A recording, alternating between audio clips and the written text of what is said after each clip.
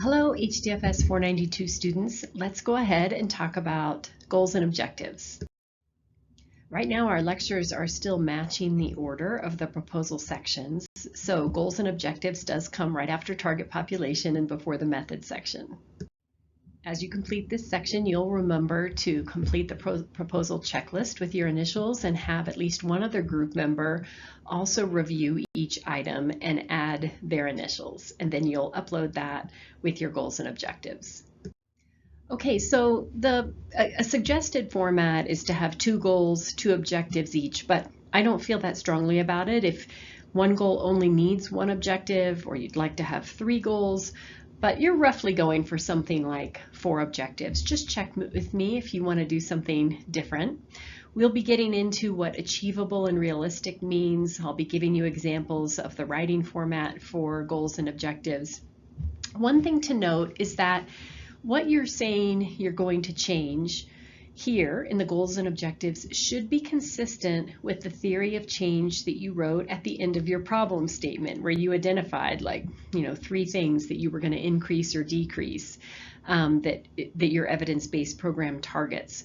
So if you've changed what you're going to be focusing in on, what your goals are or your objectives are to change, then when you submit your goals and objectives, you do need to go back and resubmit into the problem statement drop box an updated version of your problem statement.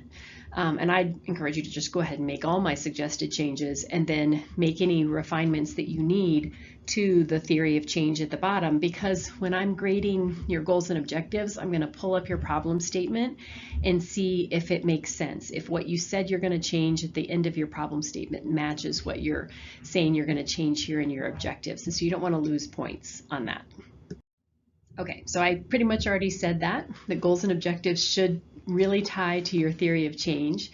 And your goals and your objectives should be focused on what your evidence-based program has been proven to change or address. So you don't want to be really deviating from that too much. And we'll talk about how to figure that out.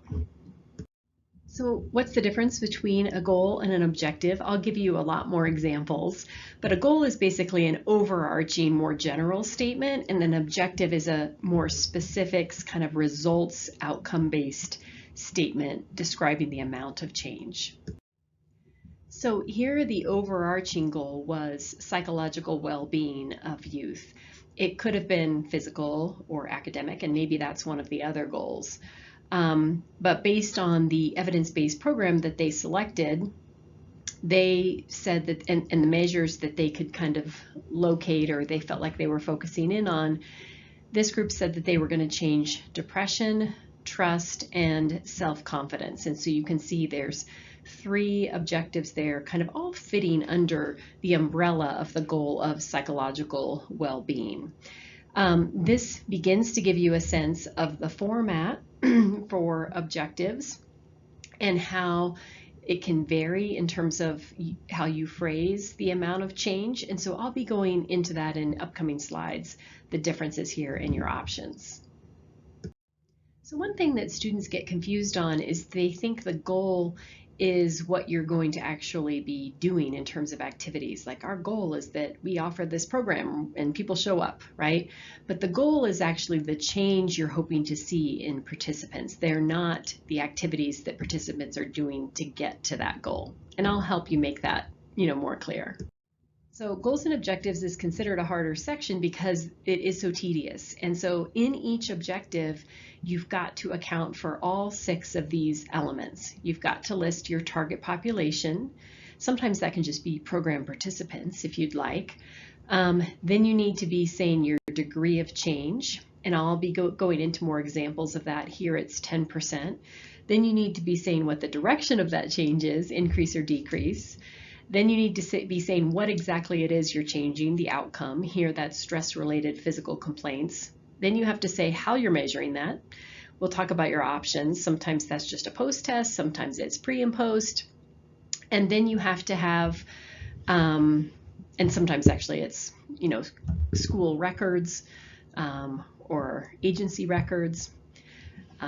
And then you also have to have a time frame, and we'll talk more about how to pick that time frame in terms of when you'll be gathering your follow-up data, and if you're doing pretest, your pretest data. So here's possible forms of outcomes, things that your evidence-based program might be changing. So they might be increasing or reducing symptoms, right? Decreasing something that we don't want, like anxiety or depression, increasing something we do want, like self-efficacy or hope. Might be changing behaviors, like increasing school attendance, decreasing bullying or substance abuse, or increasing positive health behaviors. It might be changing somebody's knowledge or understanding around child development or relationship skills, resources, and oftentimes you're increasing that knowledge typically. Or you might be making changes to relationships, their quality, their trust, their attachment, your degree of social support. So those are just some examples of some of the outcomes that you might be using in your objectives. So as I mentioned, there's 3 different ways that you can indicate a degree of change. The first one is a % change, and that usually involves like a pre-test and a post-test of some sort, or gathering data before and after, right, so that you can show a change. And you might be thinking, how do I pick, what percentage do I pick here? And in real life, if you were doing this, you might have a better sense of the research and what's a reasonable level of change, from reading research studies. Here you're doing your best guess, and I'll be helping you think that through. You're trying to do something in the middle, like not so small that why are you even doing this program, but not so big that it's unrealistic that you would achieve that change, and now you're not even going to meet your objectives.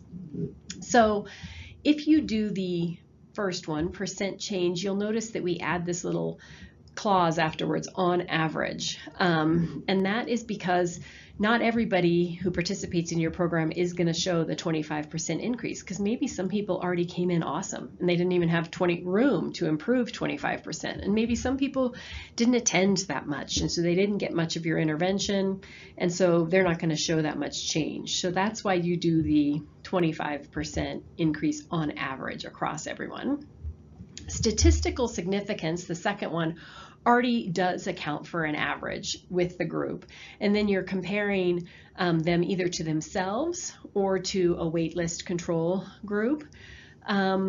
This one, you generally, I'm not going to be too picky about this, but you generally should have higher number of participants, like 100 versus 30, because you can't really detect change at a statistically significant level with a small sample size. You've probably learned that from research methods classes. And then the last one is a functional or clinical change, where, this might be where, in the beginning, 100% of people participating in our program were clinically depressed, because that's how they got into our program. And we're going to say by the end, 50%, which would be a huge change in depression, will not meet the level of clinical significance for depression anymore, right? There's some kind of threshold or cutoff on a clinical scale. Or in this case, this example here, at the end of the school year, after we run our reading program, 75% will achieve a 3rd grade reading level. So you may have heard this before, this idea of a SMART format for your objectives, but I'll be talking through what this means, that they're specific, measurable, achievable, realistic, and time-framed. Okay, some examples of specific and measurable. So you are trying to kind of choose a term that matches a measure, like the name of a measure, right? Or something that would be considered a psychological or health-related or academic-related construct, right? So depressive symptoms is more appropriate than, say, happiness. You also don't want to string a bunch of concepts together all in one objective. Hopefulness, less depression, more, social support, and then put 1% on there, because things might change. You generally separate these things out by objective, and you couldn't just say they're all going to change by 15%, because maybe some would be more likely to change more than others. And you can see you're going to be using one of the suggested degrees of change that I already explained to you, not just kind of this general will get better, because that doesn't tell funders that you're really being clear about how you know you've been successful. Achievable and realistic. So think about what it is you're trying to change and how soon you should be able to see that change.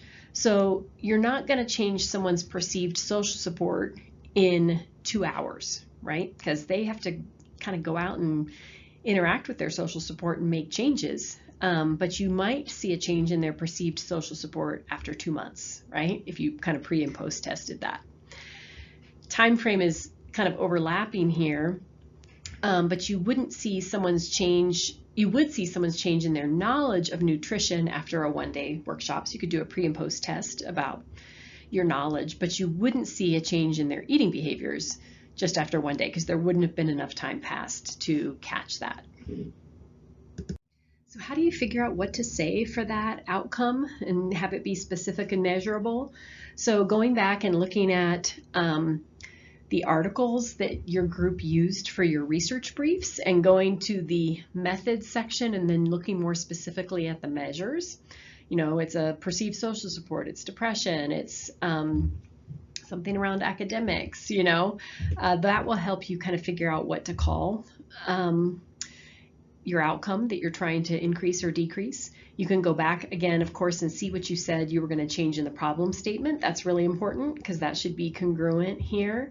And you can be looking in conjunction with all that at your evidence-based program website to see what they say. You know, our program has proven successful because we see this % decrease in recidivism, or an increase in GPA, or a decrease in depression, or a decrease in substance use, or things like that.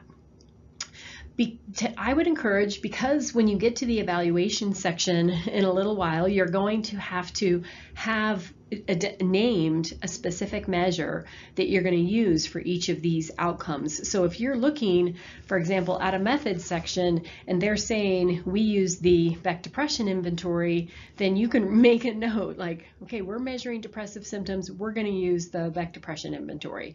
And we'll talk more about that in evaluation. So start kind of tracking that now because that will save you time later.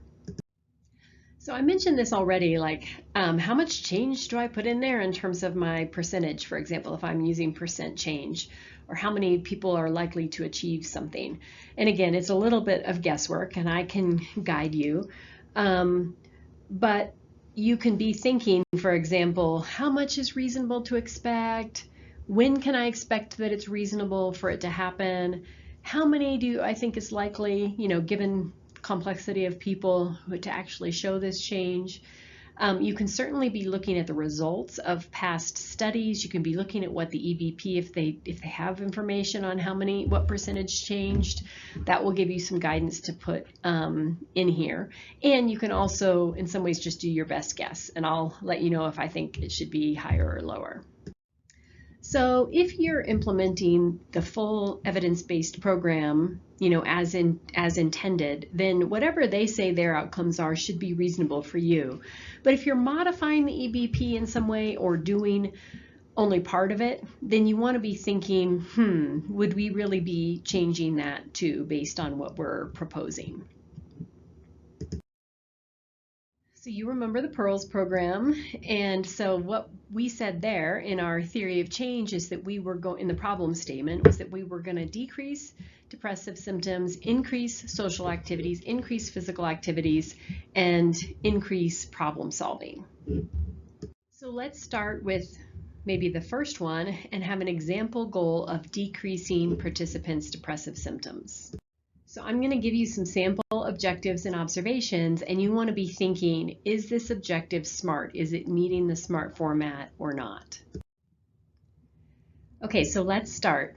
The participants will meet with a social worker once a week to rate his or her depressive symptoms. Is this in the SMART format? And it's not.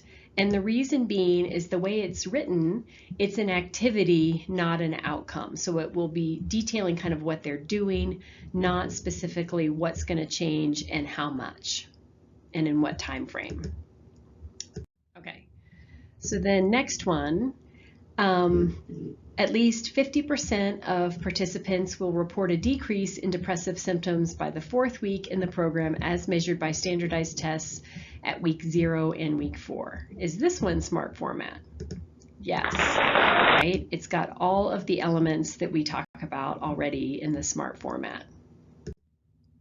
Okay, third example. All participants will report a 100% decrease in depressive symptoms after completion of the program.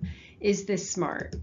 And it's not. And the reason is, even though it's specific, it's measurable, it's time framed, it's not achievable or realistic. So it's too idealistic to say 100% of people are gonna achieve our goal, because it's very unlikely because of things I've mentioned already. People have complicated lives, they may not be able to attend as much, or they may already not have a huge amount of change because they were doing pretty well when they were coming in.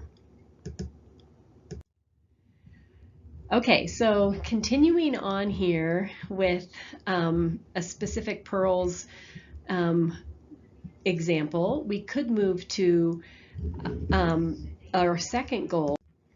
Our first goal being depression, our second goal being to change social activities. And so here we have 2 objectives. Participants will demonstrate a 25% increase on average in problem-solving activities. And the rationale behind this is that problem solving will kind of help them figure out how to be more social. It's part of the theory of change. And then the second one is just a measure of frequency of social activities. And so you can see kind of all the SMART elements there. So again, remember, your goals and objectives should really match that theory of change statement outlined in your evidence-based program and also described in the problem statement. And so this sentence here on this slide could be very well something that has that was in your problem statement. And so when I go look, it kind of matches up with your goals and objectives.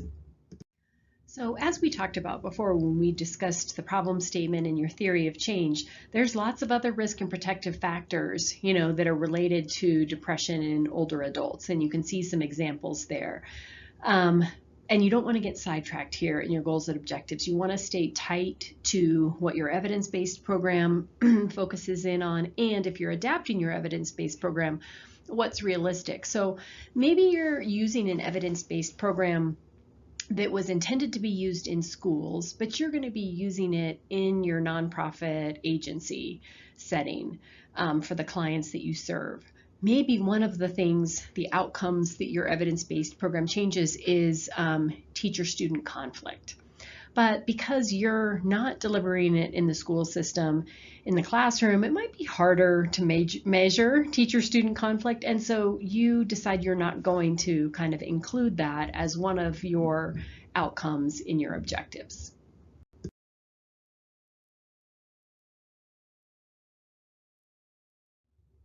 So always want to give you a little nudge towards concise writing.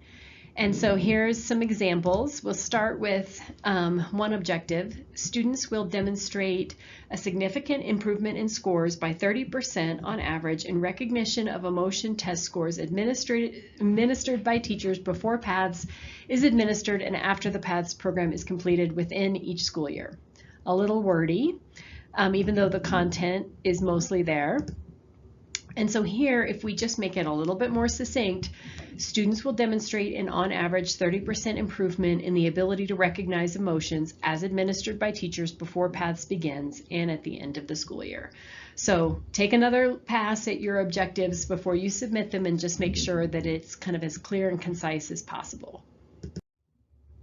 All the same standard resources here for proposal writing, and then make sure you again look at what you've said in the problem statement, specifically near the end where you've clearly outlined your theory of change.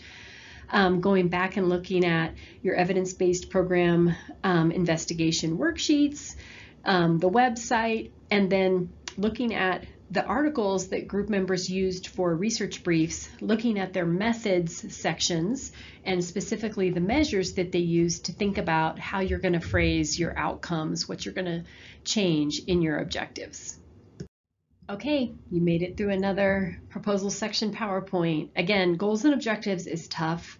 to get the wording right the first time, show up at my office hours with a draft and I'll help you make it just right.